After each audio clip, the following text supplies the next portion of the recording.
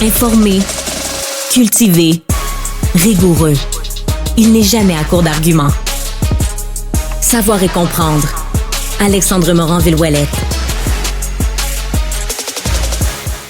On passe d'un enjeu qui semble insoluble à un autre. On a bien des problèmes au Québec. Oui, la santé, c'en est un.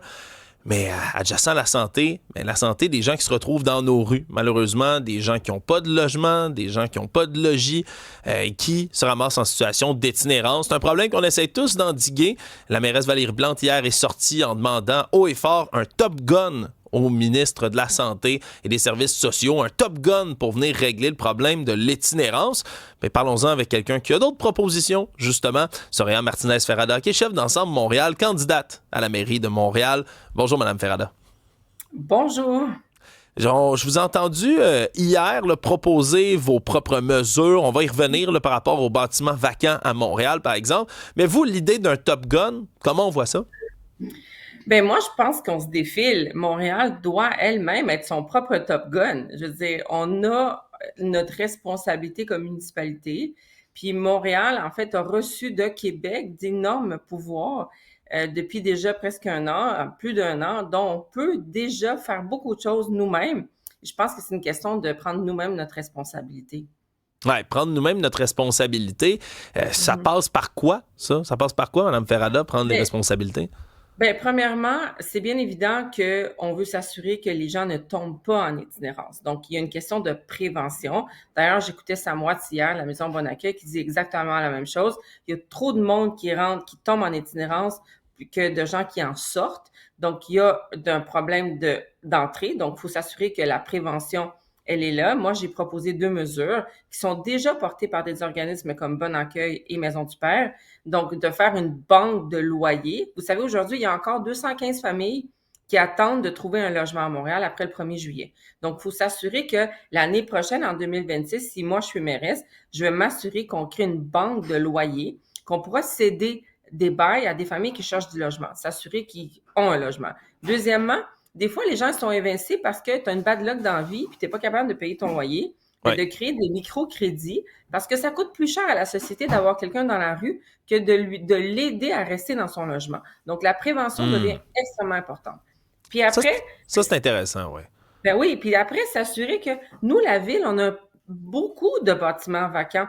Cette administration s'est assise sur des bâtiments qu'ils ont achetés, qui pourraient servir justement soit de maisons de chambre, de maisons de transition, de logements de transition. Je pense qu'on doit aller beaucoup plus rapidement dans la construction aussi de logements de transition. Et ça, la Ville aussi, on peut faire beaucoup de choses, puis c'est ce que j'ai proposé hier.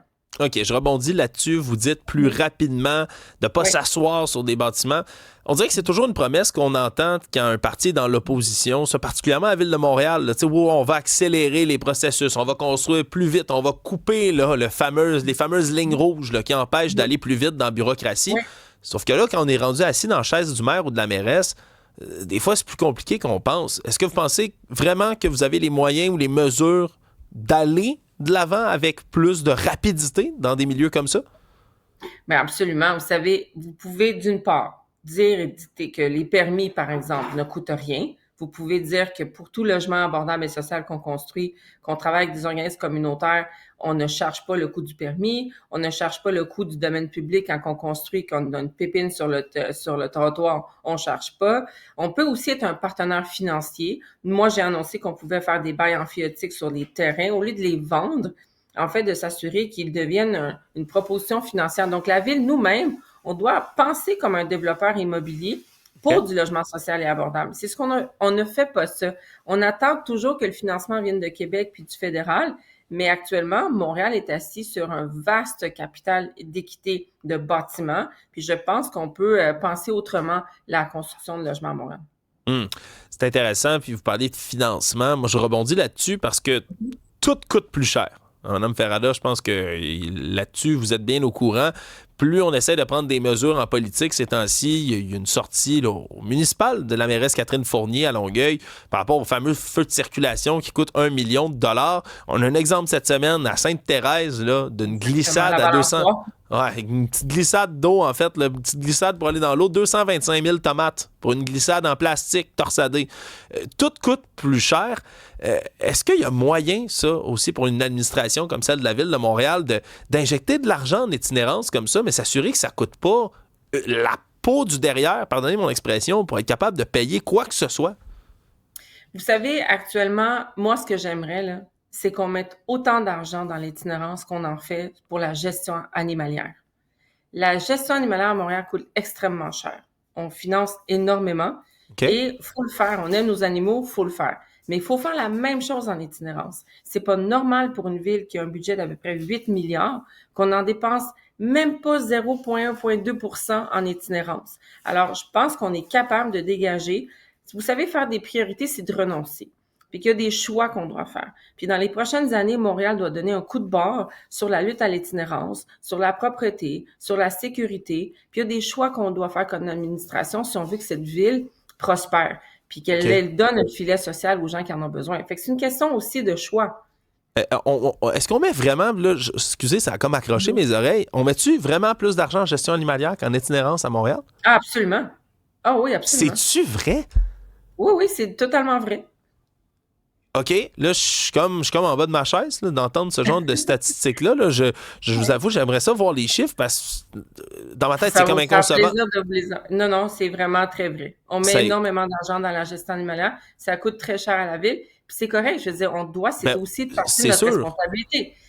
Mais on doit aujourd'hui s'assurer qu'on prend un coup de barre par rapport à l'itinérance. Puis moi, quand j'entends une administration qui, encore une fois, pointe du doigt Québec sur demander un Top Gun, nous avons des pouvoirs à la Ville de Montréal, nous avons une responsabilité de gérer puis de lutter contre l'itinérance, puis de réfléchir autrement, puis d'accélérer les choix, puis les choix qu'on fait pour s'assurer qu'on donne un filet social à ces gens qui méritent, dans toute dignité, un logement de transition, qui méritent qu'on les sauve de tomber dans la rue, puis qu'on les aide de ne pas tomber dans la rue. Donc, il y a beaucoup de choses que la Ville peut faire actuellement.